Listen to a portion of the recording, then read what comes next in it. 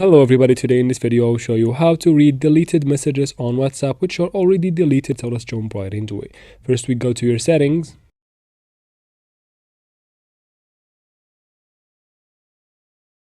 And then go to app settings right here. Go to manage apps and find WhatsApp. Once you find it, go to your notifications and make sure you have all of these toggles turned on. And you'll need them to be turned on because when somebody sends you a message on WhatsApp and they delete it after that, you can still find it in your notification panel right here. You should find the message here and you can easily read it from there without the person knowing. Now let's see another method. We go to your WhatsApp application this time. We tap on the three dots in the top right corner, tap on settings, and then tap on chats. From here tap on chat backup.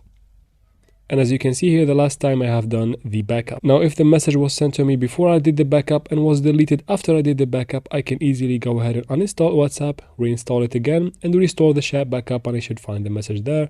And that's how we do it, guys. I hope this video was helpful. Please like and comment down below. Don't forget to subscribe for future videos like this one, and thank you very much for watching.